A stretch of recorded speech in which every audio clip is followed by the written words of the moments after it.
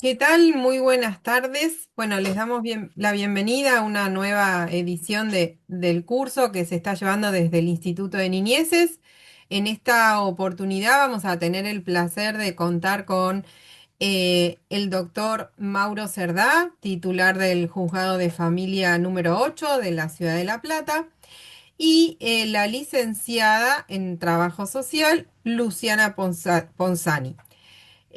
Los dos van a interactuar a través de sus exposiciones respecto de la escucha, la trascendencia y la importancia de llevar adelante esta tarea desde, no solo desde el paradigma de la convención, sino desde todas y cada una de las herramientas con las que cuentan los operadores del sistema judicial y del sistema de promoción y protección. Y vamos a hacer les vamos a contar brevemente, bueno, como señalé, el doctor, además de titular del Juzgado de Familia número 8, es profesor titular de Derecho de Familia y Sucesiones de la Facultad de Derecho de la Universidad del Este y es codirector del Instituto de Derecho de Familia del Colegio de la Magistratura.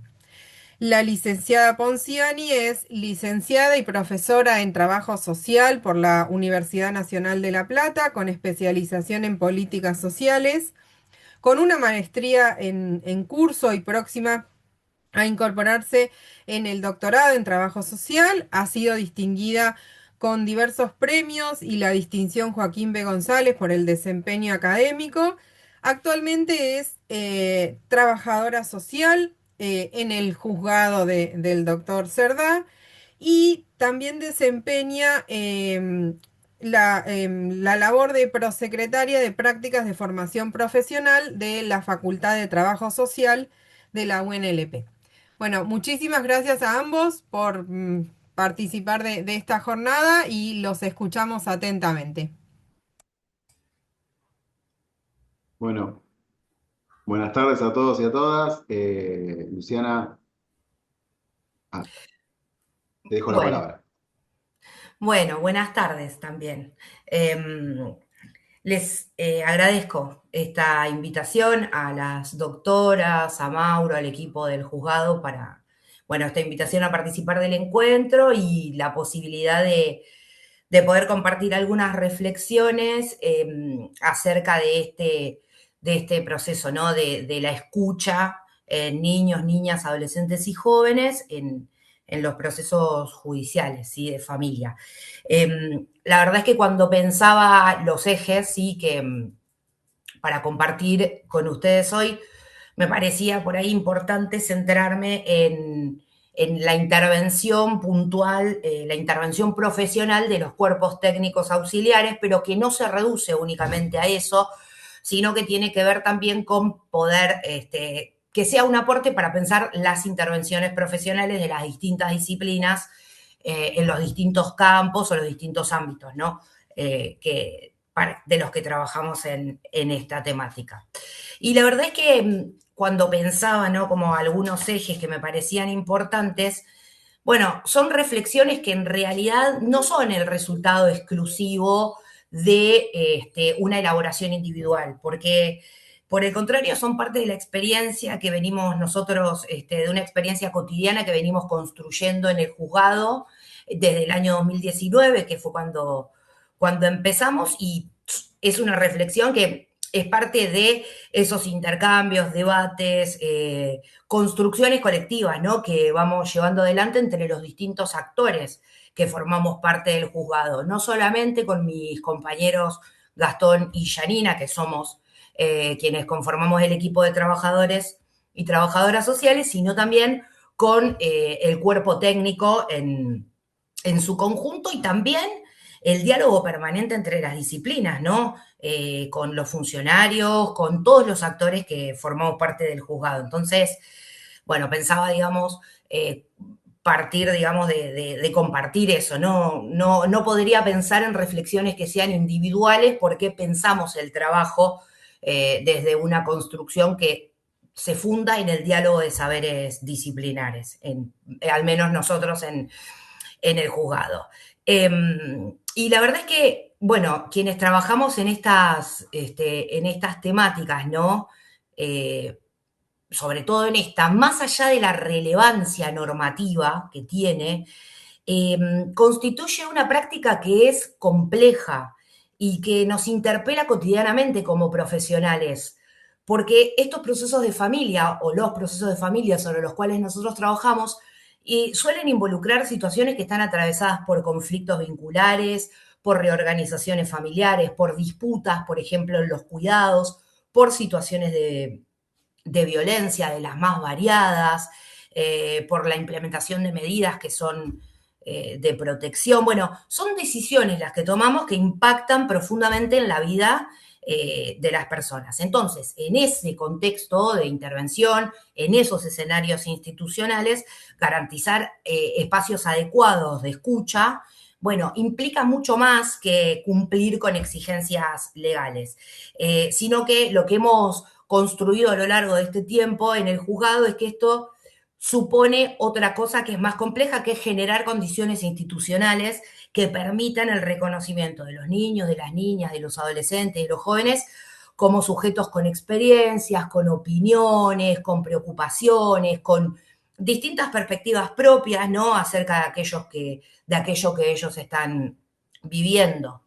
Entonces, desde el trabajo social, estas cuestiones adquieren particular relevancia porque nuestra profesión, el trabajo social, digo, y si hay trabajadoras y trabajadores sociales presentes, por ahí me pueden corregir o acompañar, nosotros hemos construido históricamente herramientas para comprender las situaciones sociales en su complejidad.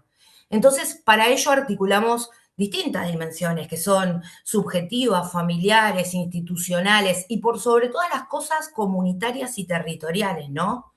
Entonces, esa mirada desde el trabajo social permite, a mi criterio, realizar aportes que son significativos para poder fortalecer estos procesos de escucha, ¿no? Y para poder acompañar o fortalecer procesos que resulten para las niñeces más accesibles, más comprensivos y siempre respetuosos, ¿no?, de los derechos. Entonces, yo pensaba como un primer eje para aportar o para compartir desde el trabajo social cómo todas las investigaciones o la mayoría de las investigaciones que se vienen haciendo en el campo de los estudios sociales sobre infancia muestran, y seguramente esto lo vieron anteriormente, que la categoría, ¿no?, de niñez no es ni una categoría natural ni una categoría universal, y que por el contrario, las formas que tenemos de comprender, de entender, ¿sí?, a las niñeces, los lugares que ocupan en la sociedad, las expectativas que los adultos tenemos o depositamos muchas veces sobre ellos, bueno, son construcciones históricas que van variando en distintos contextos, en distintos momentos, ¿no? Entonces, esa posibilidad que tienen, perdón, tengo una perrita, disculpen, ¿eh?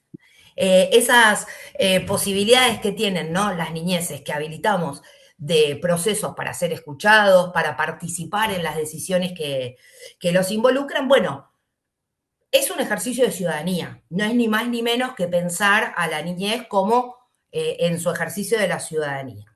Entonces, las niñeces no son receptores pasivos, de alguna manera, de las decisiones adultas, sino que, por el contrario, son sujetos que interpretan las situaciones que los atraviesan, que construyen sentido sobre ellos y sobre esas propias situaciones, que también elaboran estrategias para afrontarlas, que participan activamente a veces en dinámicas familiares, en las dinámicas escolares, en dinámicas comunitarias. Entonces, reconocer esa capacidad de agencia que tienen las niñeces, bueno, creo que es uno de los principales desafíos que tenemos como profesionales en estas instituciones, porque, y que no es solamente las instituciones judiciales, sino que es el desafío que tenemos todas las instituciones y los profesionales que trabajamos en este ámbito, ¿no?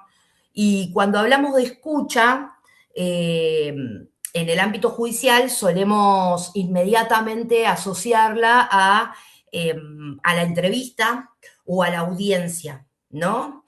Es decir, a espacios que son formales de intercambio. Pero en realidad, lo que hemos aprendido a lo largo de estos años en el juzgado es que la escucha es una práctica mucho más amplia y mucho más compleja, ¿no?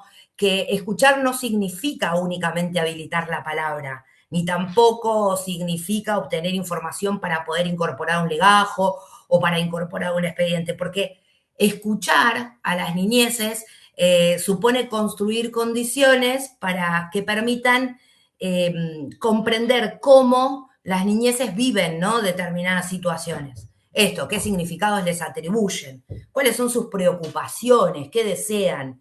Entonces, desde esa perspectiva, la escucha es mucho más que la habilitación de la palabra, sino que es una práctica de reconocimiento. O al menos, por lo menos, así lo venimos pensando. Implica reconocer que los chicos tienen experiencias válidas, ¿no? Que esas experiencias aportan, esas experiencias que ellos tienen para darnos aportan eh, elementos que son relevantes para poder comprender las situaciones familiares.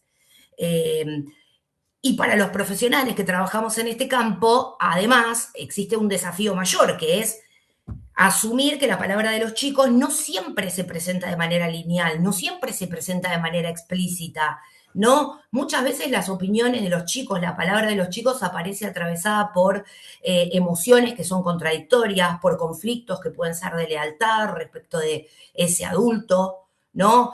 Por temores, por incertidumbres, por dificultades para nombrar las situaciones. Entonces, la escucha, en ese sentido, exige una expertise o una disposición profesional que esté orientada a comprender cuáles son los sentidos, ¿no?, que construyen sobre esas experiencias. Y el mayor desafío es evitar interpretaciones que sean reduccionistas o simplificadas de la palabra del niño. Pero la escucha no se agota en el momento, digamos, del encuentro con el niño, niña, joven o adolescente, sino que involucra la forma en que posteriormente vamos a interpretar la información, contextualizarla y poder incorporarla a los procesos de análisis, de decisión y de escritura. Y sobre todo porque son producciones para la toma de decisiones del juez. Entonces, en ese sentido, tenemos un desafío que es muy importante, digamos, cómo llevamos la participación de los niños, ¿no?, en ese escrito que es clave en nuestras intervenciones para la toma de decisiones judiciales. Entonces, la calidad de la escucha no depende solamente de las condiciones en las que se produce esa manera de expresarse de los chicos, sino también es cómo esa manera de expresión o esa expresión de los chicos después es considerada institucionalmente. Y después, otra cuestión que me parece importante es que la escucha, ¿no?, es la condición para la participación, porque no es solamente una herramienta o una técnica de intervención. Bueno, vamos a entrevistar al niño. No, es una práctica que está vinculada con habilitar la participación de los chicos y de las chicas, ¿no?, en los asuntos que afectan su vida. Excede de alguna manera la posibilidad de expresar su opinión en determinado momento. Es formar parte de un proceso de reconocimiento, de intercambio, como actores e interlocutores válidos para nosotros. Entonces, difícilmente puede hablarse de participación cuando los niños, las niñas no encuentran lugares donde esa palabra sea receptada, ¿no? Entonces, algo que me parece también muy importante es que esta noción de participación en realidad no implica trasladar a los niños la responsabilidad de decidir sobre las cuestiones que le corresponden al mundo adulto, ¿no? Implica reconocer que poseen conocimientos y experiencias, pero que los adultos tenemos una responsabilidad que es inmensa sobre el bienestar de ellos. Y respecto de las intervenciones de los cuerpos técnicos o de las disciplinas que los conformamos, de trabajadores sociales, psicólogas, psiquiatras, en nuestro caso, que así está conformado el CTA, bueno, estos procesos de escucha tienen para nosotros características que son específicas, ¿sí? Porque que la diferencian de otros espacios institucionales. Los procesos judiciales y en ellos, ¿no? La intervención nuestra como cuerpo técnico auxiliar se desarrollan en contextos que son de alta complejidad que es emocional, de complejidades relacionales, ¿no? Que tienen los chicos. Y muchas veces, o con frecuencia podríamos decir, las niñeces atraviesan situaciones que implican cambios que son significativos en su vida. Por ejemplo, reorganizaciones familiares, conflictos entre sus referentes adultos, ciertas modificaciones en los cuidados o en los regímenes de cuidados, ¿no? Procesos de revinculación, bueno, un montón de situaciones que son, digo, sobre las que trabajamos. Entonces, esas condiciones en las que, esas circunstancias en las que transcurre ese momento de la vida de los chicos, bueno, genera condiciones que son muy particulares para la expresión de sus opiniones, para la expresión de sus sentimientos.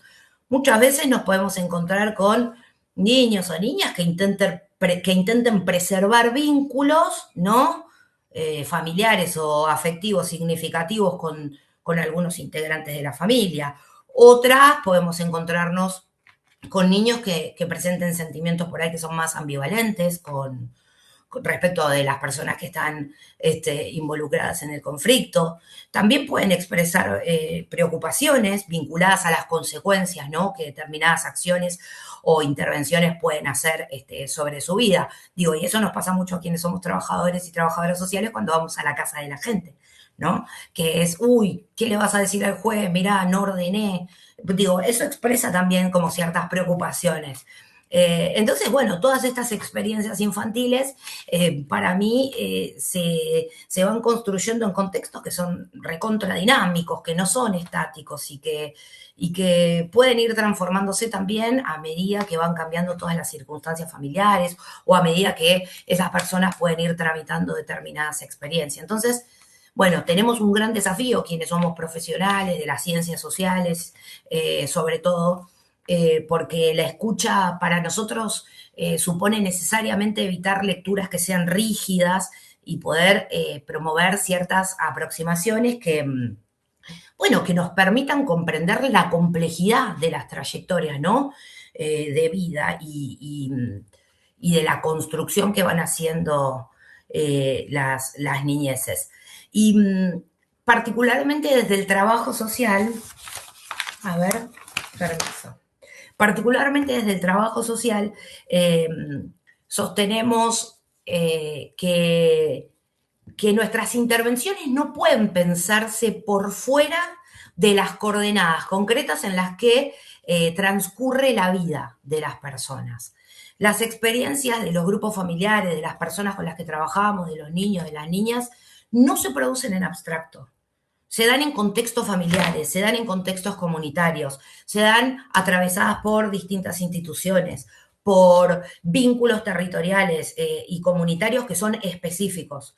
Entonces, la escucha para el trabajo social requiere de intervenciones que sean situadas, capaces de reconocer la singularidad de cada trayectoria, capaces de reconocer la singularidad que adquieren las condiciones materiales concretas de vida, la singularidad que adquiere la construcción de determinados vínculos en este momento, ¿no? Y por sobre todas las cosas, las desigualdades que atraviesan las vidas de las personas que llegan a la justicia, porque atrás, ¿sí? de esas personas, lo que hubo fue un montón de otras instituciones seguramente. No lo quiero afirmar, pero me animo a decir que seguramente antes de llegar a la justicia hubo un montón de otras instituciones presentes.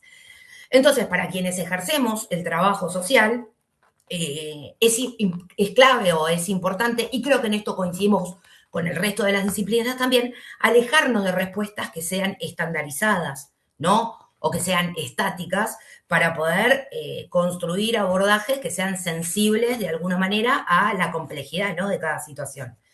Entonces, el aporte del trabajo social no radica únicamente en acercar información, ¿no? Sobre el contexto de vida, por ejemplo, sino que tiene que ver con contribuir, ¿no?, al sistema de justicia, con producir comprensiones que sean integrales, que permitan decisiones institucionales que dialoguen con la realidad de las niñeces. Seguramente no es lo mismo para un juez tener, previo a una audiencia de escucha, un informe del cuerpo técnico auxiliar que tal vez no tenerlo. No porque sea trascendental, sino porque va a aportar cierta información, ¿sí?, que le permite ubicarse en ese contexto, ¿no? Entonces, mirar las situaciones en su contexto, ¿no? Recuperar la historia, digamos, siempre decimos, recuperar la historia detrás de los expedientes, ¿no? Y que recordar por sobre todas las cosas que cada intervención se produce sobre vidas concretas. Entonces, una de las categorías que es clave para nosotros es la de la intervención situada, que implica esto, reconocer que no existen respuestas universales para el trabajo social para problemas complejos, ¿no? Lo que existen son sujetos singulares con trayectorias distintas, singulares, y que tienen que ser comprendidas de manera situada.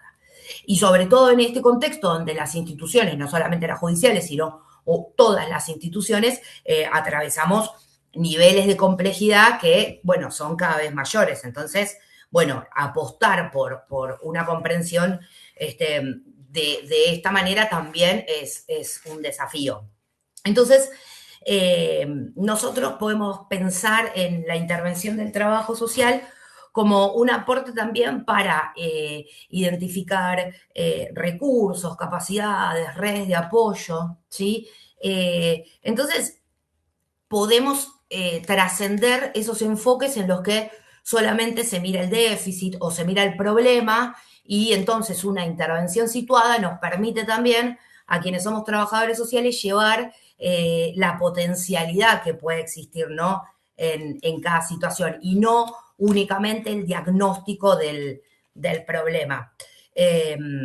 Entonces, creo que esto se puede sintetizar en cómo el trabajo social lo que en realidad hace es producir conocimiento, ¿sí?, sobre esas situaciones que ingresan al ámbito judicial. Entonces, no es simplemente aportar datos objetivos o descriptivos sobre una familia.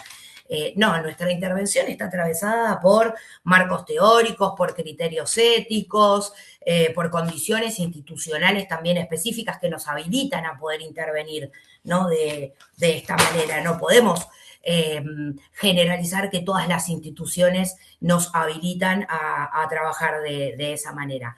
Entonces, nosotros no describimos comportamientos individuales, no describimos vínculos o situaciones, sino que reconstruimos la complejidad en la que se atraviesan las experiencias de vida los sujetos, ¿no? Y entonces la herramienta para mí privilegiada para esa producción de conocimiento es la entrevista, porque la entrevista, ahí nosotros no solamente relevamos la información, sino que también construimos espacios de escucha, de interpretación, de comprensión, de reconocimiento, ¿no? Recuperamos relatos, historias de vida. La entrevista recupera historias de vida, por más que sean desde una situación puntual. Reconstruye demandas, expectativas, dudas. Entonces, es una herramienta que, sobre todo cuando se trata de niños, adquiere una relevancia que es particular, porque puede garantizar, ¿sí?, el derecho que tienen esos chicos a ser escuchados, puede hacer que en la vida de esos chicos, digamos, haya, bueno, acá hay un reconocimiento, acá yo estoy siendo reconocido por un otro que es de alguna manera, una institución. Pero como digo esto, también digo que cuando se trata de niños, de niñas, de adolescentes, de jóvenes, bueno, hay condiciones que tienen que ser específicas, tenemos que ser tenemos que adecuar las entrevistas a la edad, al grado de madurez que tienen los niños, resguardar la intimidad y, por sobre todas las cosas, tener cuidado frente a situaciones de exposición que sean innecesarias, ¿no?, de los chicos. Sobre todo cuando atrás de los chicos también hay otras instituciones que también intervinieron.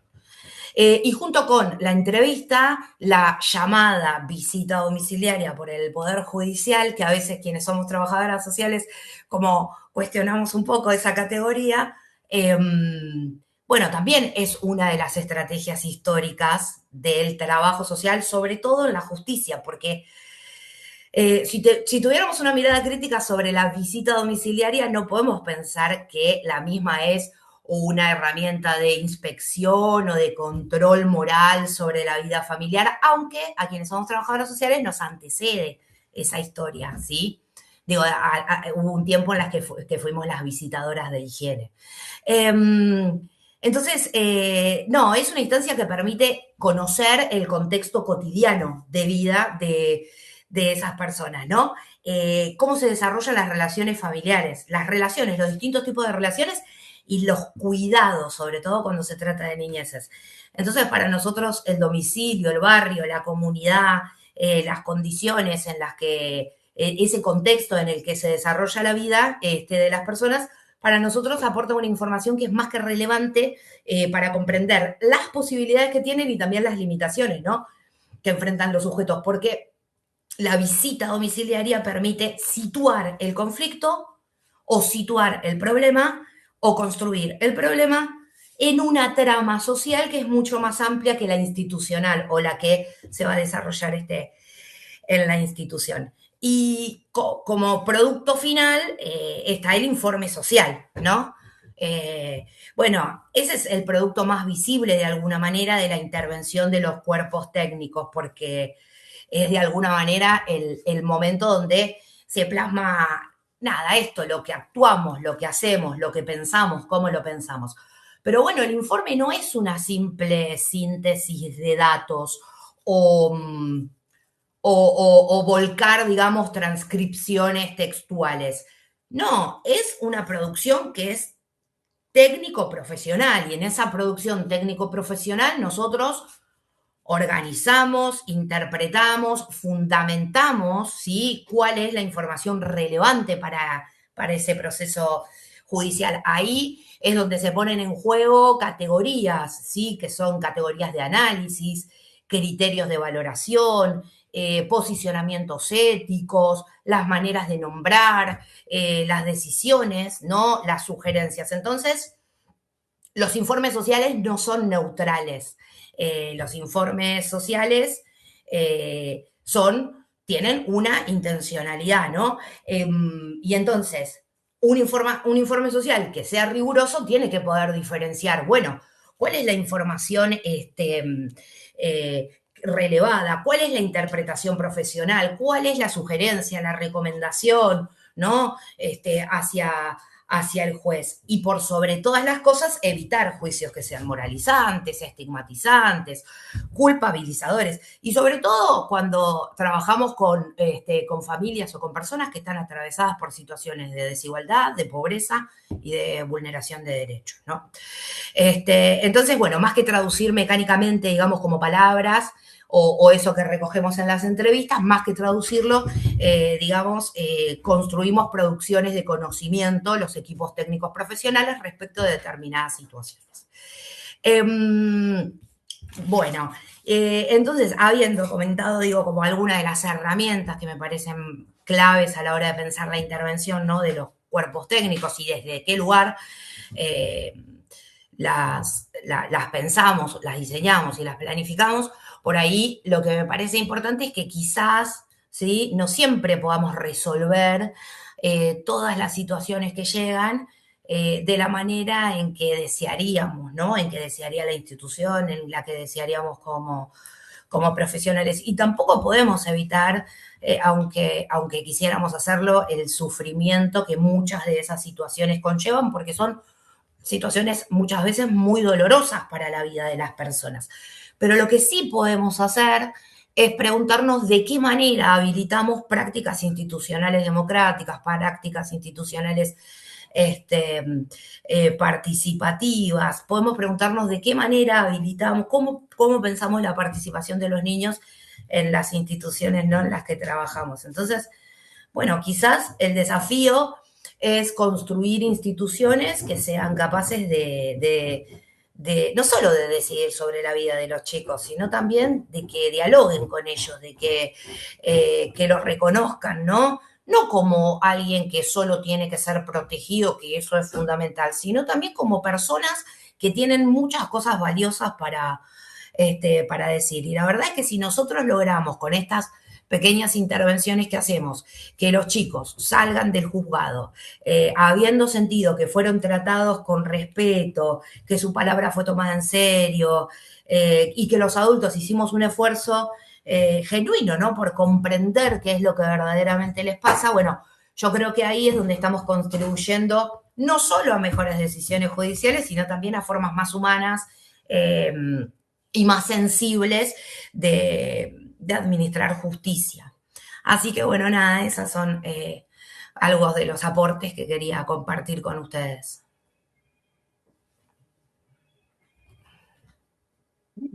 Bueno, muchísimas gracias.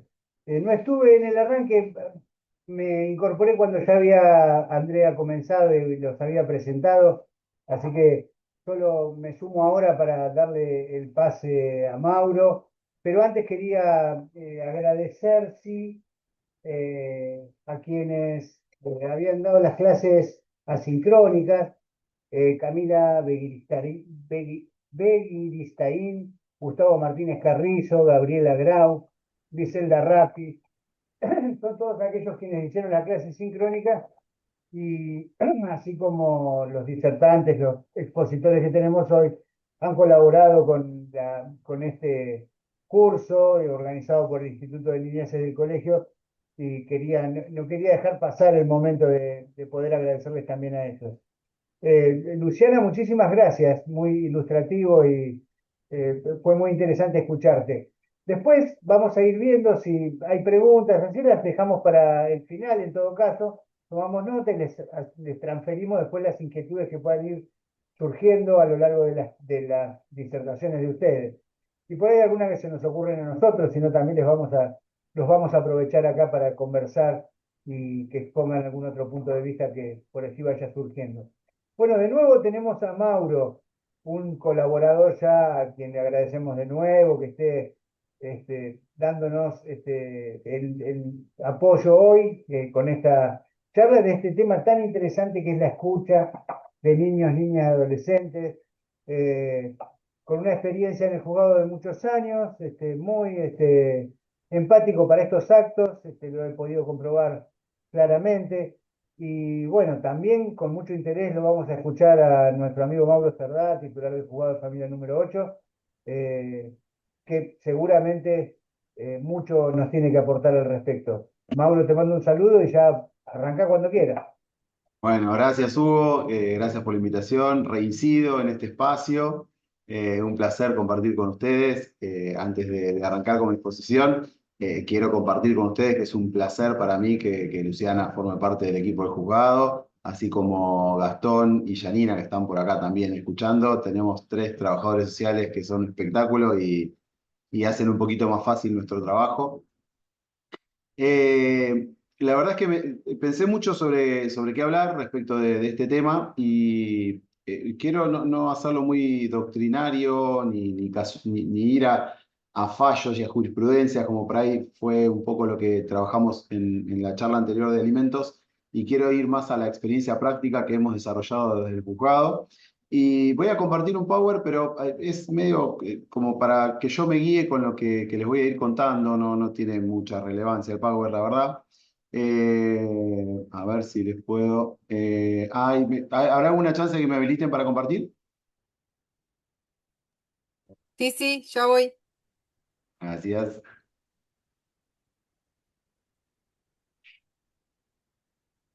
Bien, Ahí ya ahí creo que estaría, estamos. Mauro. Bien, ahí estamos. Voy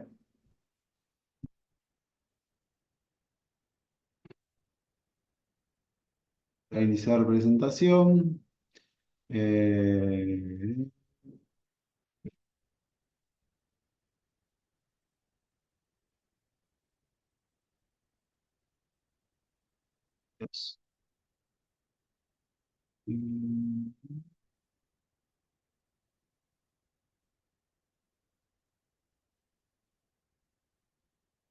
la ventana. Bueno.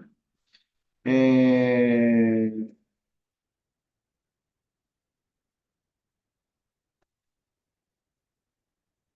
Bien, un poquito la base, digamos, de la escucha de niños, niñas y adolescentes comienza con el artículo 12 de la Convención sobre los Derechos del Niño, que a partir de su sanción plantea esta casi obligación de que los Estados partes garantizarán al niño que esté en condiciones de formarse un juicio propio, el derecho de Interrumpo, expresar su Mauro, opinión. Sí, interrumpo, Mauro, un segundo. Te quedó con los rebordes del Power. No se ve la pantalla.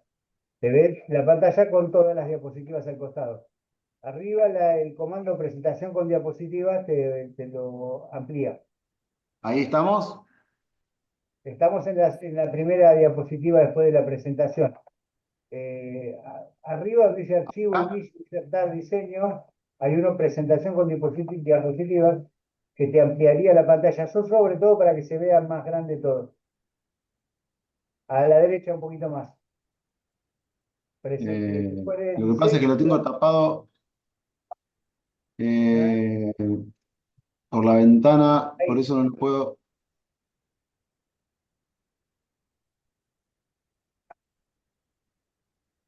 esa. Ahí está.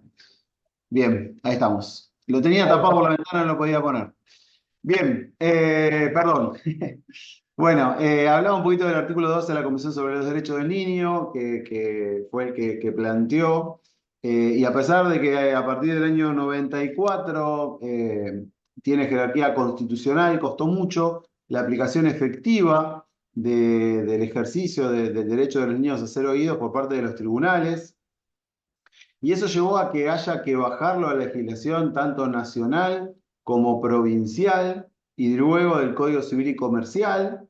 eh, y por supuesto también de la Ley 13634 y también la Corte Suprema de Justicia de la Provincia de Buenos Aires a través de diversos fallos ha hablado de que, bueno, de que una sentencia en la cual no se haya producido la escucha activa del niño, la escucha efectiva, pueda ser declarada nula. Y bueno, eso llevó a que cada vez más los distintos magistrados vayan tomando en cuenta esta situación y llevando a cabo la escucha de los niños. Ahora bien, eh, se empezó a analizar cómo debe realizarse esa escucha, de qué manera, cómo debe ser la participación del niño en esa escucha.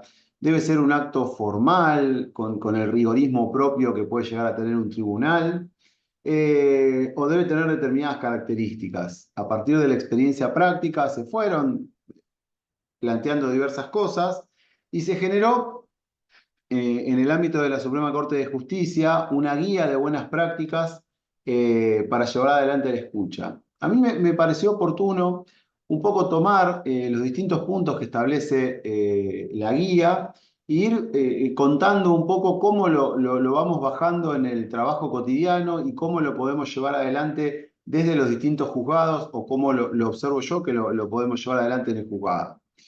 Eh, Primero pensé en repasar un poquito nuestra competencia en el marco del 827 del Código Procesal, pensando en los distintos tipos de procesos y a partir de allí pensar cuándo y en qué procesos vamos a fijar una escucha de un niño o adolescente. En todos los procesos, en algunos, en cuáles. Entonces empezamos yendo con la cronología un poco que nos trae el 827 con los procesos de filiación. Y uno diría, bueno, pero en un proceso de filiación es necesario escuchar a un niño, no es necesario. Bueno, primero hay que ver de qué tipo de proceso de filiación se trata. No es lo mismo un proceso de emplazamiento que un proceso de desplazamiento filial. Ahora bien, la filiación tiene dos facetas, la faz estática y la faz dinámica. Un poco la fase estática es lo que marca, digamos, lo que surge de la partida de nacimiento, y la faz dinámica es la construcción que va realizando el niño de acuerdo a sus vínculos familiares, que va construyendo a lo largo de su historia vital. Con lo cual, al momento de tomar una decisión respecto a sumar un vínculo filial o quitar un vínculo filial a través de una acción de desplazamiento, muchas veces es indispensable escuchar a los niños que están atravesando ese proceso para saber su opinión y para saber qué les pasó en la vida, cuál es su historia, qué construyeron, qué vínculos filiales construyeron. Con lo cual, es muy importante antes de dictar sentencia analizar qué nos contaron en la demanda, en la contestación de la demanda respecto, más allá de, obviamente, la fase estática, sino también la fase dinámica. Recuerdo un caso que tuvimos en el juzgado donde surge una demanda de impugnación donde un señor manifiesta que había estado casado, había tenido 2 hijos, pero el segundo hijo era fruto de una relación que había tenido su esposa con otra persona y que luego él se había enterado de esta situación, pero la realidad es que al principio lo plantea como una impugnación de la filiación, pero con el transcurso del proceso se observa, cambia de abogado el señor y con el nuevo letrado manifiesta, bueno, en realidad sí, no es mi hijo, pero la verdad es que el hijo es la pareja actual perdón, el padre es la pareja actual de la señora, pero yo siempre hice las veces de papá y no quiero dejar de ser el padre. Entonces, bueno, se dio traslado de demanda, contestó la otra parte, y eso dio lugar a una sentencia que hemos sacado en el juzgado en el año 2022 o 2023, donde establecimos una triple filiación. Pero eso fue luego de escucharlo al niño, donde nos contó, y también a través de su abogado, porque tenía designado un abogado del niño, nos contó que él tenía 2 papás. Y fue muy específico al contarnos, muy explícito al contarnos que él tenía 2 papás, con mucha naturalidad. Yo recuerdo cuando cursaba la especialización en Derecho de Familia, que lo tuve al doctor Romano, siempre lo suelo contar, el doctor Carlos Romano, especialista en niñez y adolescencia, juez actualmente jubilado de un juzgado de familia de Morón, en su momento Tribunal de Familia, que contaba, estamos hablando del año 2012, que nos contaba, 2011, que una vez había hablado todavía creo que no había ninguna sentencia de triple filiación en el país, y nos contaba como que había escuchado a un niño y que el niño le contaba que él había ido a la plaza a jugar con su papá Pablo y luego, no sé, lo había retirado del colegio su papá Carlitos. Entonces, Romano, medio sorprendido, le dice, ¿pero qué? ¿Vos tenés 2 papás? Entonces él le contesta, ¿y vos tenés uno solo? Entonces, esta situación, lo que transmitía el doctor Romano era que siempre que se sume afecto es positivo. El problema es cuando se quita afecto. Yo tengo muy en cuenta para mí la sentencia de la Corte que fue en contra de una triple filiación, pero dejó ahí un espacio que nos da lugar a los jueces para cuando observamos que está debidamente fundado corrernos del principio general de la doble filiación que nos trae el Código Civil y Comercial, bueno, nos dejó la puerta abierta ese fallo, más allá de lo que dijo que solamente podía haber 2 filiaciones para un niño o una niña. Bueno, en ese caso también es muy importante, al momento de escuchar a un niño o una niña en el marco de un proceso de filiación, saber cómo se identifica y qué nombre va a querer llevar luego de la sentencia. Si va a ser por supuesto teniendo en cuenta el grado de madurez y la edad que tenga el niño, ¿cómo está identificado hasta ese momento? Es un proceso donde se va a buscar un emplazamiento filial. Bueno, esa afiliación que se suma va a generar que se le modifique su apellido, se va a adicionar un apellido, ya se identifica con el apellido que tiene, quiere continuar con su apellido. Esas son cosas que es muy importante analizarlas al momento de la escucha. Bien, otros tipos de procesos, suspensión o privación de la responsabilidad parental. Me parece muy importante que haya una escucha o que se dé el lugar a escuchar al niño, niña o adolescente que sea parte, o sea, que se esté analizando la posibilidad de suspender o privar de la responsabilidad parental a uno de sus progenitores, para saber cuál es la vinculación que existe con ese progenitor a quien se lo va a privar de la responsabilidad parental, qué pasó, qué siente, qué idea tiene al respecto y tenerlo en cuenta al momento de tomar una decisión. Por otra parte, en los procesos de tutela, eh, siempre las tutelas pueden darse por distintas situaciones, pero en muchos casos se da luego de que han fallecido los progenitores. Y cuando escuchamos a los niños, siempre esto hay que tenerlo muy en cuenta, conociendo qué es lo que pasó, si es que fallecieron sus progenitores, cuánto hace que lo hicieron, conocer bien cómo es la historia para tener la delicadeza de cómo llevar adelante la charla con los niños y a partir de allí, bueno, saber cuál es la relación con el futuro tutor, con quien se propone como tutor o tutora, cómo llevan adelante los cuidados, si el niño se siente cómodo o la niña cómoda. También es muy importante la escucha previo al dictado de la sentencia de tutela.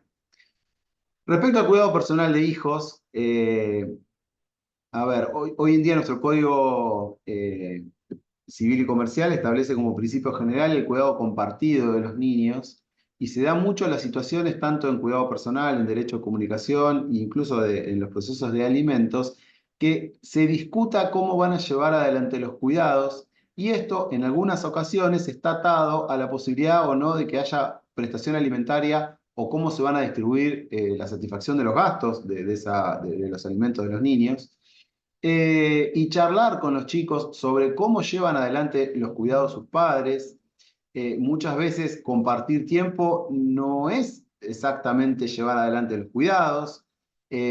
Muchas veces los chicos cuentan cosas que hasta son muy elocuentes, desde progenitores o progenitoras que no quitan la vista del celular en ningún momento del día y no cruzan palabra con los niños o que no tienen ningún tipo de idea de qué pasa en el colegio o qué pasa en la vida de los chicos.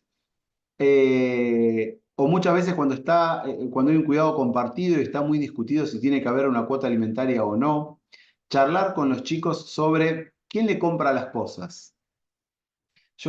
Es algo que lo suelo charlar y bueno, a ver, vos necesitas, te piden algo en el colegio. Quién te compra la cartulina, el mapa? Y esas por ahí detalles son de gran utilidad al momento de tomar una decisión respecto al ejercicio de la responsabilidad parental. Bien, en los procesos de abrigo, en las guardas con fines de adopción, en los procesos de adopción, resulta imprescindible escuchar a los niños. Y quiero tomarme un segundo para hablar puntualmente de cada uno de los temas. En los procesos de abrigo es trascendente darle lugar a los chicos a que sean oídos, escucharlos y charlar un poco sobre por qué están transitando una medida de abrigo.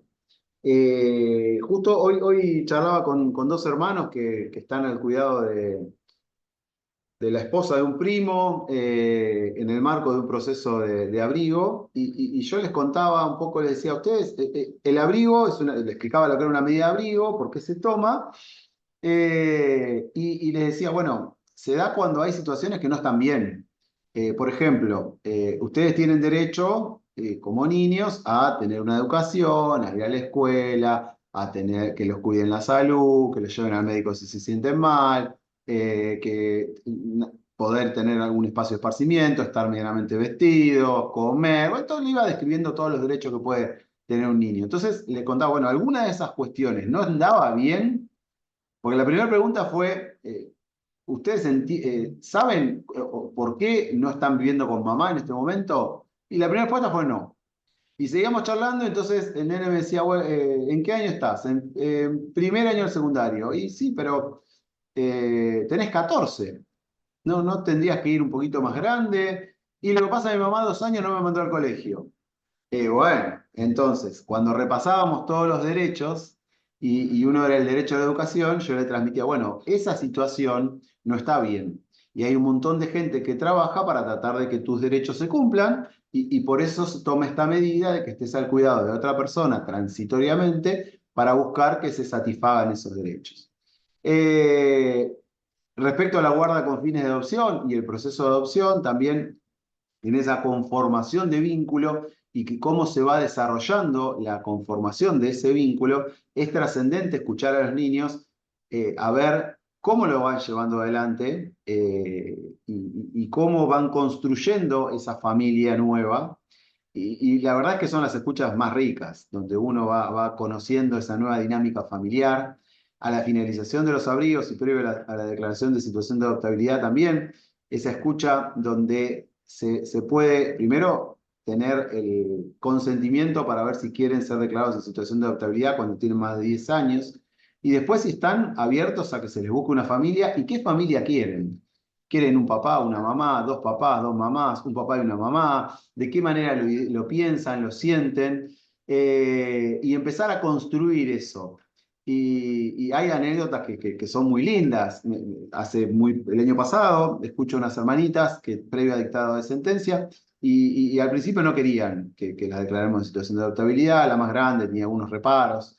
Y bueno, que sí, que no. Entonces charlamos, yo le explicaba, ella explicaba y en un momento me dice, bueno, está bien, búscame una familia, pero que quiero que tenga de mascota una jirafa. Entonces, bueno, buscamos una familia y la familia se compró 200 peluches de jirafa, armó una cartulina y hoy ya están tramitando la adopción. Algo me tenía que pedir, algo imposible me tenía que pedir, pero aceptó que le busquemos una familia. Eh, Bien. Otro punto muy trascendente es analizar la capacidad progresiva del niño para ver si puede ejercer un derecho por sí.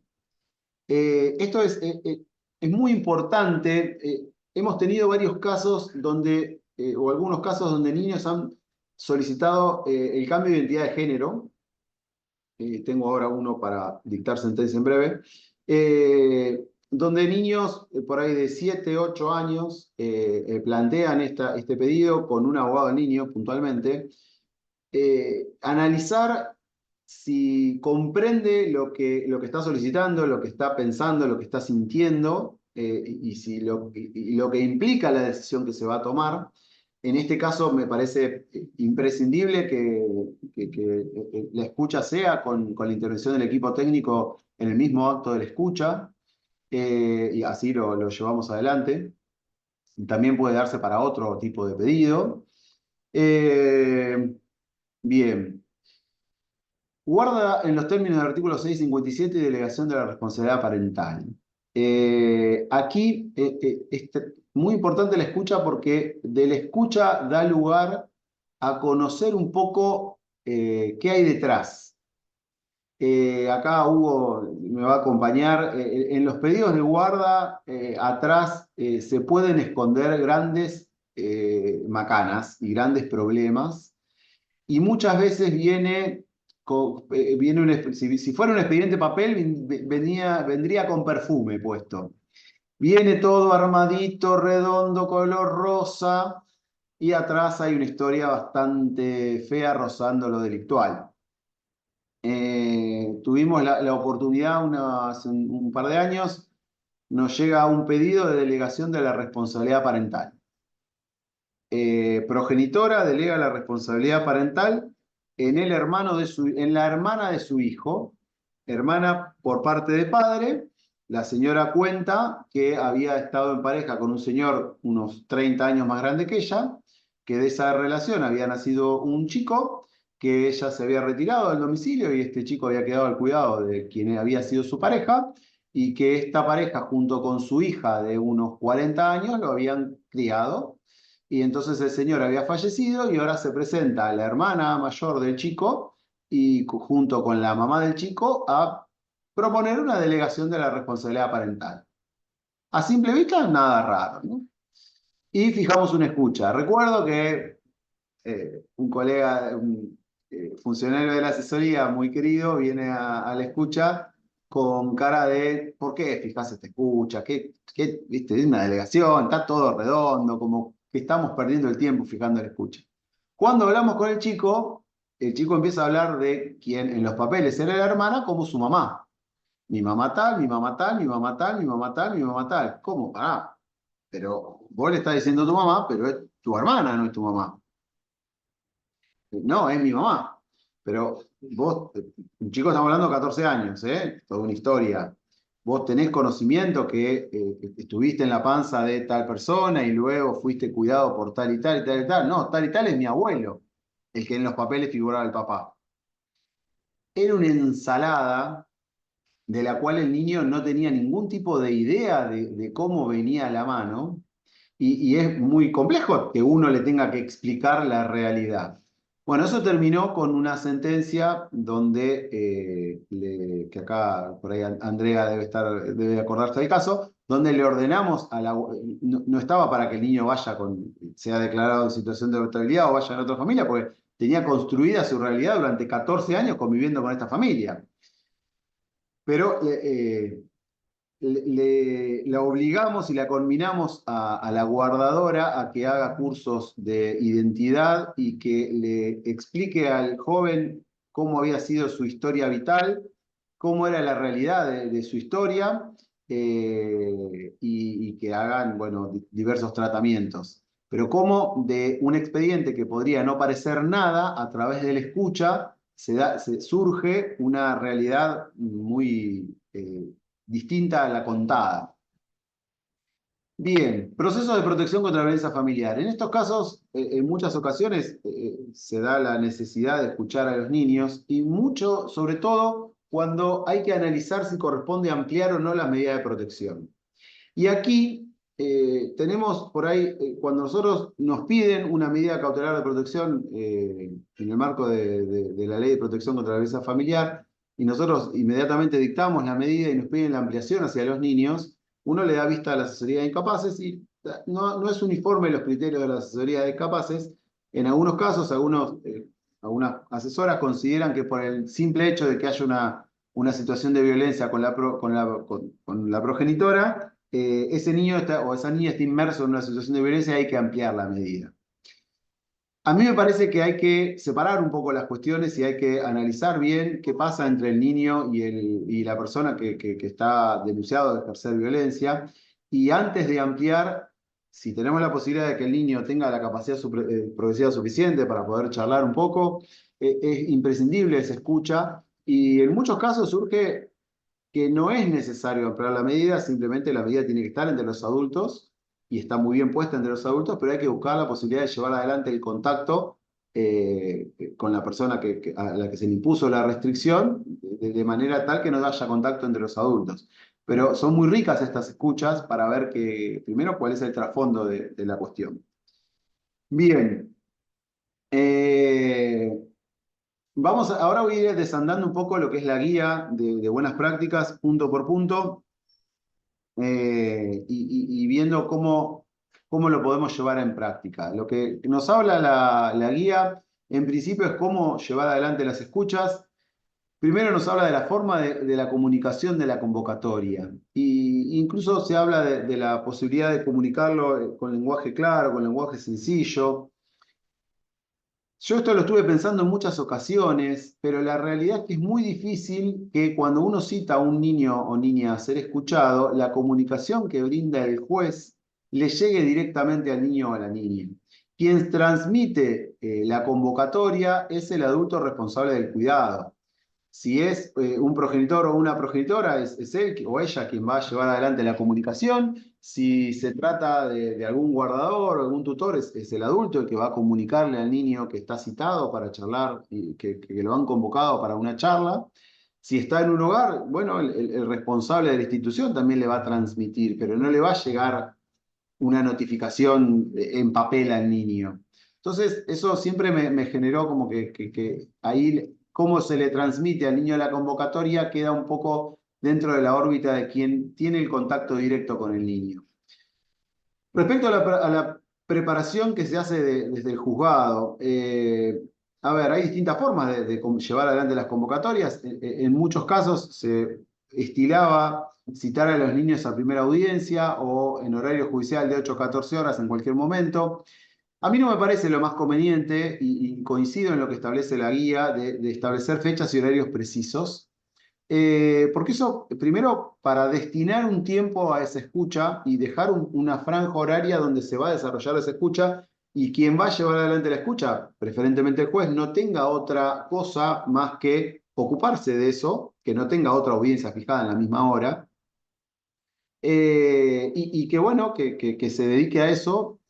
Siempre circula mucha gente por los juzgados, el hecho de dejar establecido una citación en horario judicial puede implicar que haya una audiencia compleja, otro tipo de acto procesal que uno no pueda abocarse a llevar adelante la escucha y tenemos que generar esperas innecesarias en los niños y la verdad, si hay algo que no está bueno es hacer esperar a un niño o una niña porque la espera genera, bueno, cierta incomodidad o cierto nerviosismo que siempre es preferible evitar.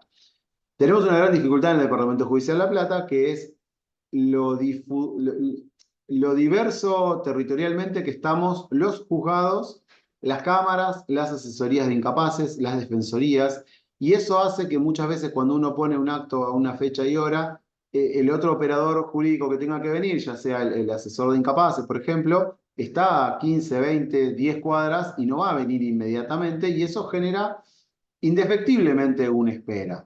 Bueno, ¿cuál va a ser, qué va a pasar durante esa espera? Es algo que también tenemos que pensarlo. Fundar el acto de la citación, bien, en el marco de qué proceso, fundado en qué artículo, es muy importante. Describir el tipo de audiencia, si va a ser virtual o presencial. Durante la pandemia hemos tomado un sinnúmero de audiencias virtuales y en ese momento de la pandemia realmente era una posibilidad llevarlo a cabo de esa manera porque no había otra, no teníamos posibilidad de tener contacto y se llevó adelante un montón de escuchas y me ha tocado hablar con chicos que estaban con el celular en la cama tapados hasta la pera y sin perjuicio de ello hablaron y charlaron conmigo y estuvo todo bien. Pero también me tocó situaciones, me acuerdo una vez estábamos con Martín Rotondo, otro que trabaja en la asesoría de Incapaces 1, escuchando a una niña, él en su lugar, yo en el mío, la niña en su casa, y cuando la conecta la mamá, yo observo que la niña estaba en un lugar parecido a este, donde tenía una biblioteca así en un costado, ¿no? Entonces la mamá cuando conecta me saluda, yo le pido que por favor se retire, automáticamente la señora deja un celular y lo apoya al costado de la nena. Obviamente me iba a grabar la charla.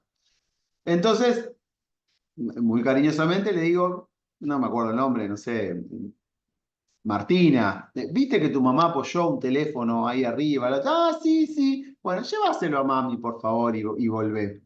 Esas situaciones de la virtualidad o darse cuenta cuando uno está hablando con un niño y que por ahí los ojos se le vayan para arriba, uno se da cuenta que hay alguien atrás. Entonces se pierde o hay riesgos de perder la intimidad necesaria que debe tener un niño para hablar con plena libertad. Por eso se pueden hacer audiencias virtuales, por supuesto, pero siempre vamos a preferir, en el caso de las escuchas, las audiencias presenciales. Bien, que la audiencia esté agendada con un aviso de la agenda para que uno sepa quién va a venir, cuándo va a venir, a qué hora y en qué momento es importante. Cuándo, en qué procesos es lo que habíamos comentado recién. Respecto a la escucha en la etapa previa o en la etapa de conocimiento, la verdad es que a mí me parece que la etapa previa está en cabeza de los consejeros, es una etapa de conciliación de los adultos, que por supuesto que hay que tener en cuenta lo que manifiestan los niños, pero tiene que ser, en ese caso, en el marco de la etapa previa, trato de dejarlo en cabeza de los consejeros, llevar adelante la conciliación y salvo que lo charlemos con alguna de las consejeras y observemos que específicamente necesitamos que se produzca la escucha, siempre tratamos de que se dé en la etapa de conocimiento. Bien, ¿debe participar el equipo técnico en todas las escuchas? A ver, a mí me parece que no es indispensable que participen todas las escuchas. Sí, en algunas puntuales está bueno, es necesario cuando observamos alguna situación muy particular en el niño o la niña que viene a charlar con nosotros, pero yo prefiero que sea un momento la escucha ante el juez y otro momento distinto la intervención del equipo técnico, ya sea como nos contó Luciana hace un ratito, o bien en el marco de una entrevista por las peritos psicológicas, perdón, por las peritos psicólogas, me parece que enriquece más si lo hacemos en momentos diferentes. Pero en algunos casos puntuales puede pensarse en sumar alguno de los peritos a la escucha. Bien. El día de la audiencia, cómo debe pensarse? Primero, es imprescindible que quienes están en la mesa de entrada sepan quiénes van a venir y los reciban inmediatamente y tratando de que esperen poco y que el espacio de la mesa de entradas tenga un ambiente medianamente cómodo, tratando de que haya la menor cantidad de gente posible. Hace un tiempo, todos los que estamos acá sabemos que hace un tiempo, antes de la pandemia sobre todo, era muy difícil que la mesa de entradas sea un ambiente tranquilo. Hoy en día, la verdad es que con la digitalización de todos los procesos, tenemos las mesas de entradas más livianas y hay menos gente circulando por los juzgados y esto hace que sea más cómodo para los niños venir a un ambiente judicial. Respecto al lugar de espera, la verdad es que cada juzgado hace lo que puede con las herramientas que tiene. Yo sé que todos los juzgados tienen ambientes pensados para niños y pensados con juguetes y con cosas para que los niños pasen un momento medianamente grato. De nuestra parte, en el juzgado de Familia 8, siempre cuando viene un niño a una escucha, se lo recibe en el subsuelo en la mesa de entradas e inmediatamente pasa a la primera planta en el hall donde están las consejeras y el equipo técnico, donde está lleno de juguetes y se quedan jugando allí y todos pasamos y los vemos jugando y los saludamos y charlamos y hay se da una situación que no se genera una tensa espera, sino que es una espera de juegos y a veces me pasa que los voy a buscar a una escucha o Santiago o Julia o Amanda, alguna de las chicos de mesa, los van a buscar a esa planta para ir a la escucha y no quieren dejar de jugar, no quieren dejar de seguir haciendo lo que están haciendo.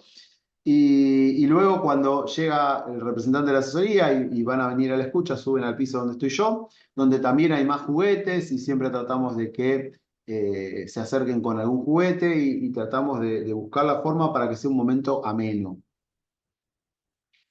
Bien, celebración del encuentro. Bueno, en el caso de que sea virtual, va a ser a través de una plataforma y siempre buscando los recaudos para tratar de evitar que haya algún adulto que esté presenciando la escucha. Si se va a desarrollar en forma presencial,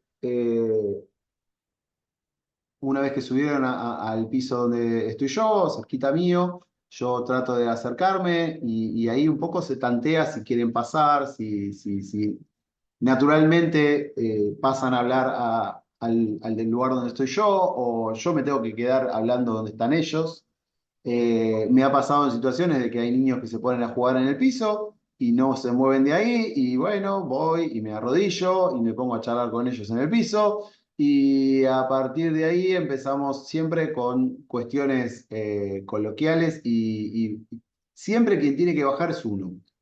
Uno tiene que bajar a la altura del niño y ponerse a hablar de juegos, juguetes, colegio, actividades y siempre ir de cosas que sean de interés a los niños para a partir de allí pasar a lo que no, a lo trascendente. Pero es muy importante eh, arrancar bien diciendo quién es uno. ¿Cuál es mi trabajo? Primero, yo siempre tengo medio como un speech armado, soy Mauro Serral, juez de Jugada Familia 8 de La Plata, trabajo acá, esta es mi oficina, este es el lugar donde trabajo, trabajo como juez, y ahí un poco trato de explicarle qué es un juez. No siempre es fácil contar qué es un juez para un niño. Entonces, un poco depende de qué estemos discutiendo en ese proceso. Si se está discutiendo un cuidado personal, siempre le suelo decir, bueno, a veces cuando los papás y las mamás no se ponen de acuerdo en alguna cuestión, vienen a juzgado al que el juez diga cómo tienen que ser las cosas. Entonces, cuando yo tengo que tomar alguna decisión, para mí es muy importante conocer a los chicos y saber qué piensan, y por eso te llamé para charlar un poquito con vos y que me cuentes qué te interesa, qué te gusta. Distinto es si es en una medida de abrigo, como les contaba hoy, bueno, vos sabés por qué estás en este tiempo en un hogar. Entonces el juez tiene que controlar un poco que esté todo bien, que vos estés bien. Si se trata de un proceso de filiación, lo vamos a explicar de otra manera, pero siempre buscando, tratando de ir con lenguaje claro y sencillo de qué es nuestro trabajo y cuáles son las decisiones que tomamos y cómo nos interesa lo que los chicos nos cuentan para tomar esas decisiones. También se presenta al resto de los participantes en la audiencia, si hay un representante de la Sociedad de Incapaces o hay otro funcionario del juzgado o interviene alguien del equipo técnico, qué roles tiene cada uno, todo eso se hace, digamos, una introducción de todas esas funciones. Luego se le explica por qué lo hemos convocado, qué queríamos hablar con él. Y ahí viene un poco de corrernos de la formalidad y hablar de esto, bueno, ¿a qué te gusta jugar?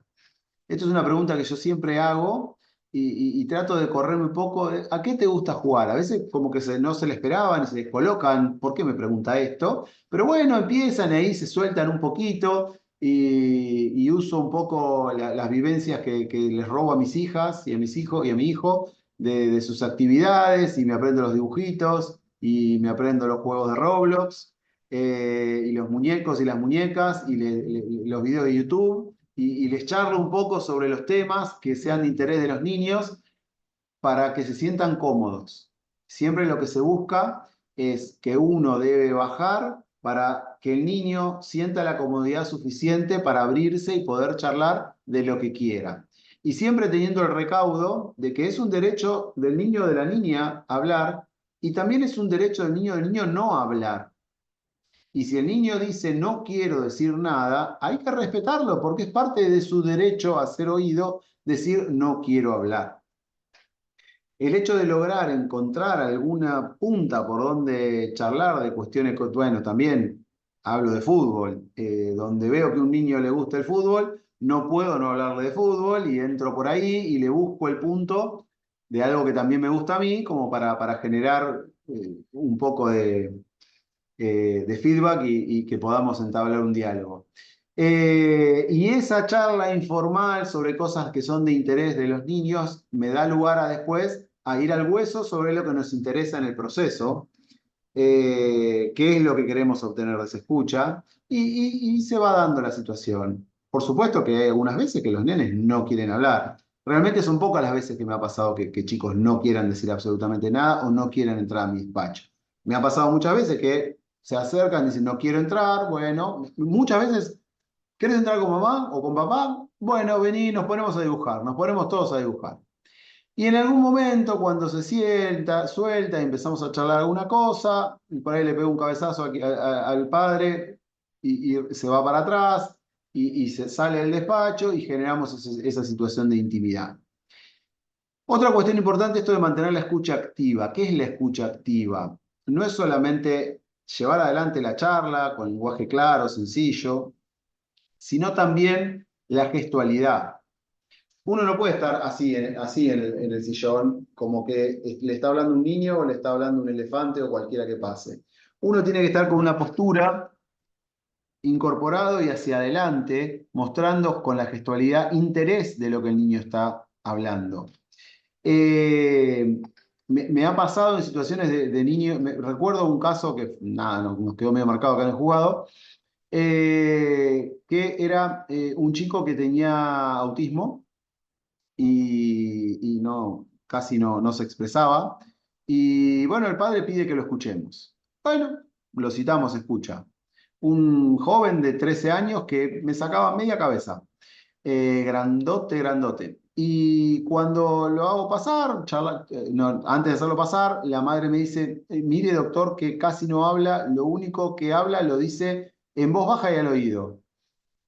Bueno, entonces lo hago pasar al despacho y estaba también con un funcionario de la Sociedad de Incapaces y me lo siento, le digo a él si quiere sentarse al lado mío, en mi despacho, de mi lado del escritorio, o sea, en el despacho ahora, acá, al lado mío, y yo le iba hablando y él me contestaba susurrando al oído.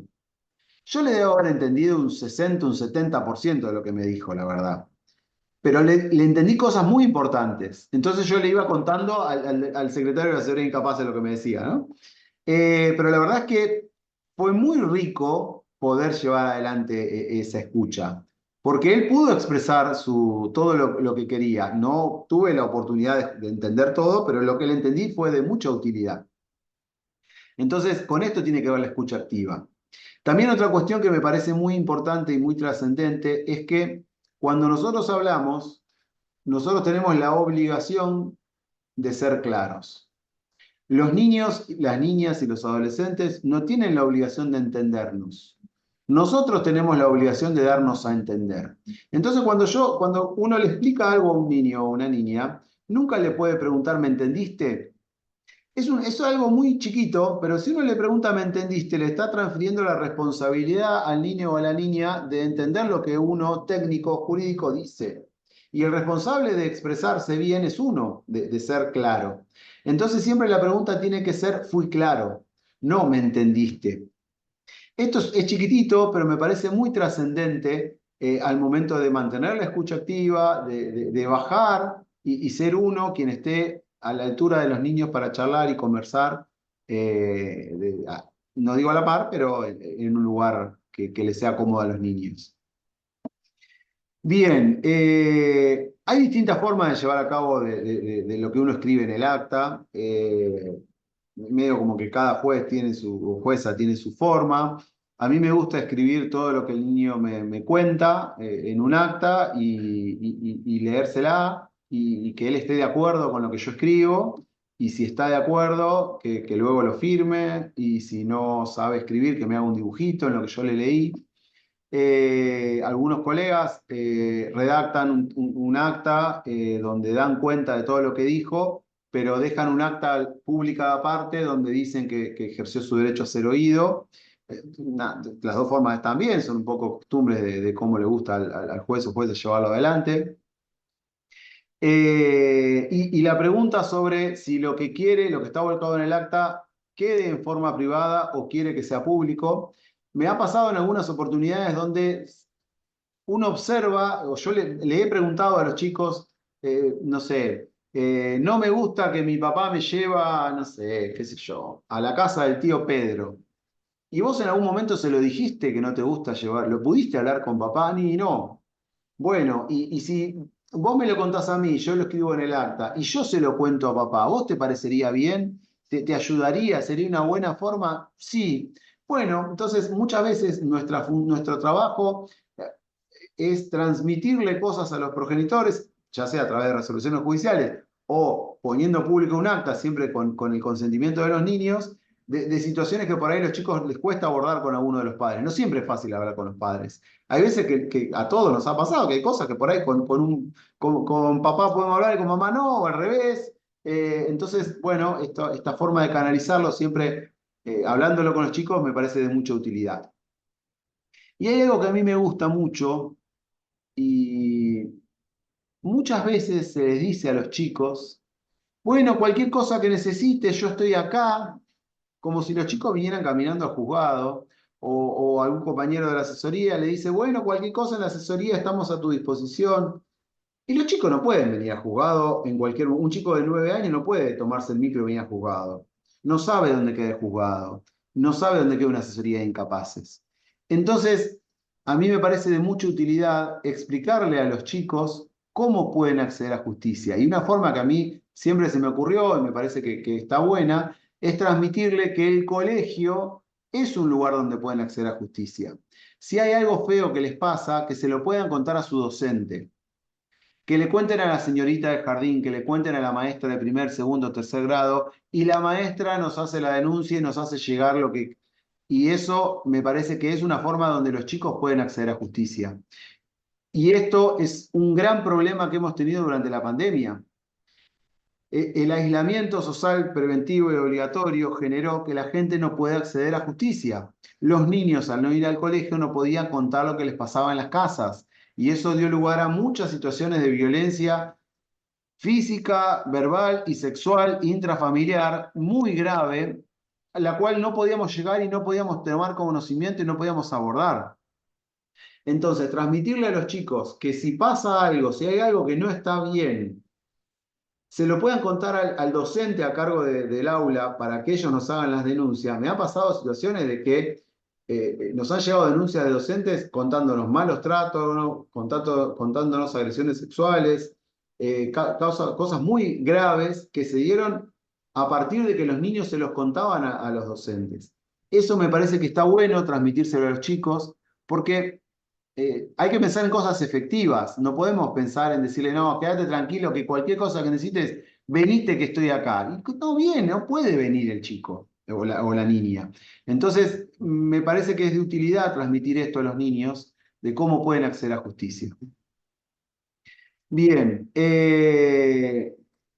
la despedida, a mí me gusta preguntarle a los chicos si se sintieron cómodos, si fuimos claros, esto nada, otra cosa, qué sé yo, tener algún caramelo, tener lápices para dibujar, que el jugado, yo acá en el hall tengo un tobogán, tener juguetes, tener que se sientan cómodos y ver esto, me parece que está bueno y dejar la puerta abierta, que en algún momento puede darse la situación de que charlemos de nuevo, pero no como algo de te vamos a volver a judicializar, sino, bueno, nos podemos volver a encontrar, en algún momento se puede dar la situación de que haya otra convocatoria.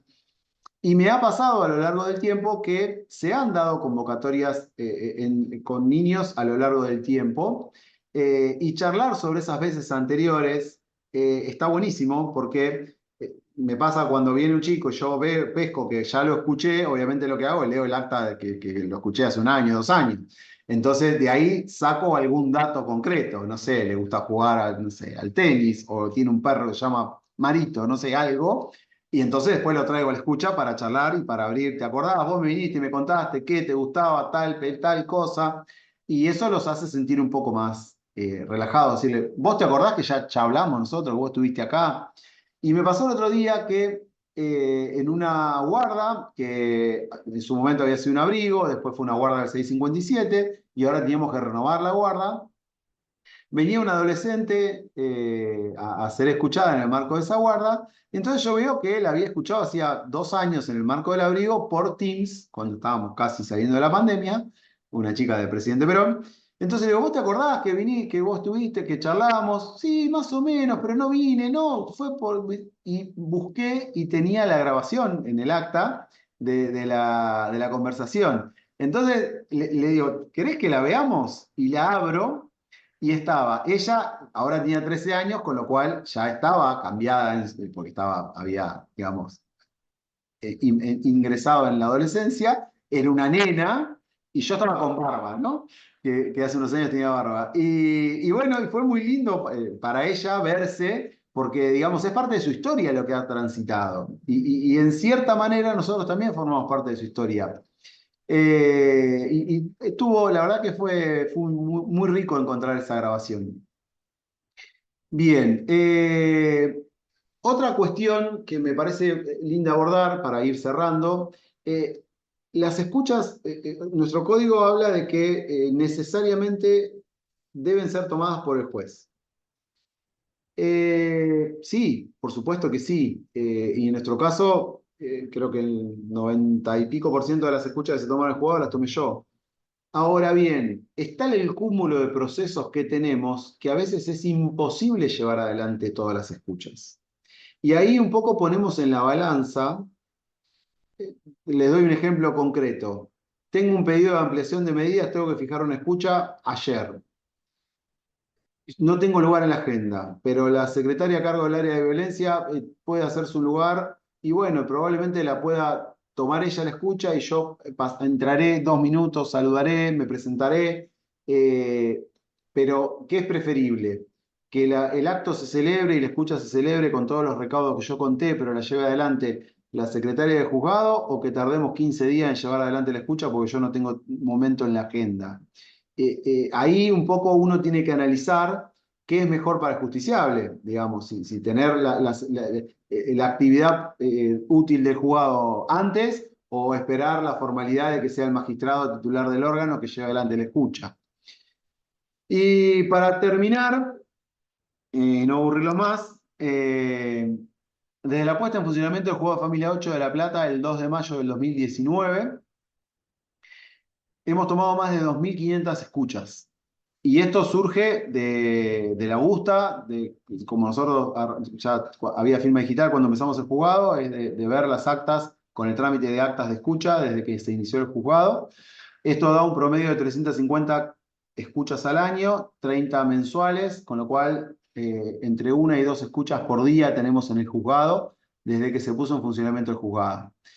Esto lo traigo para contarles un poco lo que a mí me interesan y me ocupan, que los niños sean escuchados, los niños y las niñas y los adolescentes, y cómo trabajamos para tomar su voz. Y algo importante que por ahí algo dijo Luciana y me quiero ir con eso. Uno tiene que escuchar siempre a los niños y tener en cuenta lo que nos dicen, pero tenemos que resolver lo que sea mejor a su interés superior. Muchas veces observamos que se ponen en el lugar a niños muy chicos de tomar decisiones. Los niños no tienen que decidir. Es mucha responsabilidad tomar decisiones. Quienes tienen que decidir son los adultos, en principio los progenitores, y si los progenitores no se ponen de acuerdo o no hay progenitores que estén en condiciones de tomar decisiones, aparecemos nosotros los operadores judiciales. Pero uno tiene que prestar atención, tener en cuenta lo que dicen los niños, pero no son los niños los que tienen que tomar las decisiones. Entiendo que es mucha responsabilidad para un chico de 8, 7, 6 años decidir con quién va a vivir, por ejemplo, o quién va a llevar adelante sus cuidados. Hay que tener en cuenta cuál es su preferencia, qué le gusta más, cómo se siente más cómodo, pero no siempre lo que él nos diga va a ser lo mejor a su interés superior. Nosotros tenemos la obligación de tener en cuenta lo que nos dice y resolver qué es lo mejor a su interés superior. Bueno, espero no haberlos aburrido mucho. Hasta aquí he llegado con mi, con mi exposición. Quedo abierto para Bueno, lo que gusten preguntar. muchas gracias, Mauro. Sí, te vamos a trasladar algunas inquietudes que fueron dejando en el chat y algunas opiniones que queríamos pedir también. Excelente, te agradecemos de nuevo. En cuanto a algunas de las cosas que te queríamos preguntar, en el chat dejaron una consulta respecto de si vos designarías a un psicólogo del equipo técnico para que acompañe la escucha si se trata de niños o adolescentes con dificultades en la expresión, ya sea porque todavía no hablan fluidamente o por alguna dificultad en la expresión, para captar otro tipo de expresión, supongo yo, de manera interdisciplinaria. Si sumarías a pedido de parte esa cuestión por el abogado del niño. A ver, sí, por supuesto. Lo hemos hecho en un montón de oportunidades en que participe un psicólogo. Si lo dice por el caso puntual que yo contaba con el chico que tenía TEA o autismo, Así es. bien, en ese caso ya había tenido una entrevista con el equipo técnico y no, entonces ya había estado ante el equipo técnico y no tenía mucho sentido que vuelva a participar la psicóloga porque ya lo había entrevistado. Estoy leyendo algo que habla el colega Luciano Matías, que pregunta si no se pensó en una adopción por integración.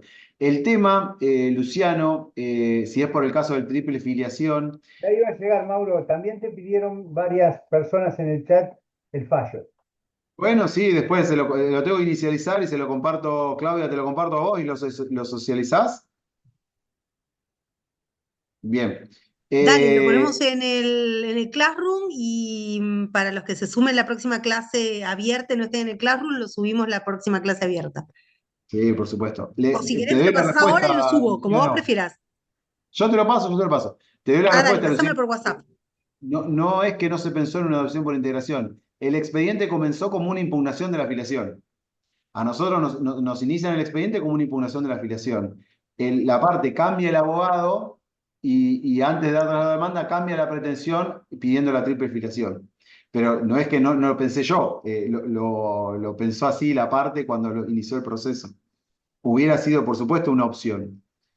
También hemos dictado fallos en adopción por integración de triple filiación, también tenemos uno. Te Sí, quería pedir una opinión yo respecto de la participación del abogado del niño en las escuchas. sí, a ver. Cuando hay designado abogado del niño, yo hago participar al abogado del niño en la escucha. La he visto por acá la doctora Paola Valls, que es abogada de niños y niñas, que puede dar cuenta de ello, que ha participado en un montón de escuchas conmigo. Sí, a la par de la asesoría, sí, sí, lo hacemos. Eh, a ver. No creo que en todos los casos sea necesario que esté designado un abogado del niño, en todos los procesos. Ujú. Eh, Soy un poquito crítico. A mí me parece que la función del abogado del niño, acá me pueden criticar un poco, es llevar adelante las pretensiones de los niños y es una asistencia letrada distinta a la del asesor. Y no coincido mucho en lo que dice la ley de abogado del niño, que el niño desde que nace puede tener abogado del niño. A mí me parece que sería coincidente con pensar un poco en la capacidad progresiva para entender lo que implica tener un abogado de niño, pero bueno, a veces que nada, la ley dice, no dice esto, entonces una cosa es lo que yo pienso y otra cosa es lo que dice la ley. Pero me parece que si un bebé de un año tiene un abogado de niño, la función va a chocar necesariamente con la función del asesor de incapaces. Eh, pero pueden no estar de acuerdo con esto que estoy diciendo. Sí, hoy en día con las modificaciones al proceso de adopción, en todos los procesos de abrigo estamos designando abogados de niño al momento que se inicia el proceso de abrigo, cumpliendo lo que establece la ley.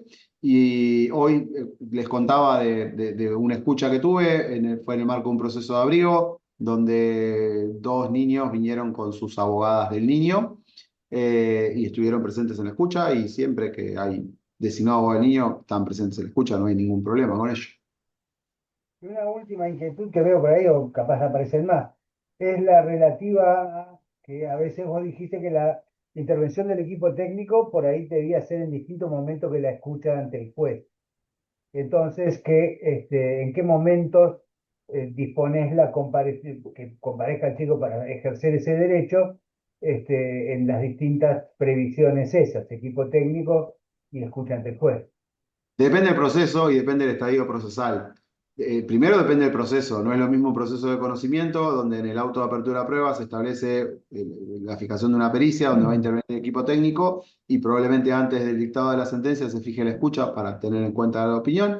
Distinto es en un proceso de protección contra la violencia familiar donde se va a dar intervención al equipo técnico para que haga un informe de interacción familiar y probablemente en otro momento se haga la escucha, dependiendo cuándo sea necesario, contar con su opinión. Pero depende mucho, mucho, mucho del tipo de proceso y del estadio procesal.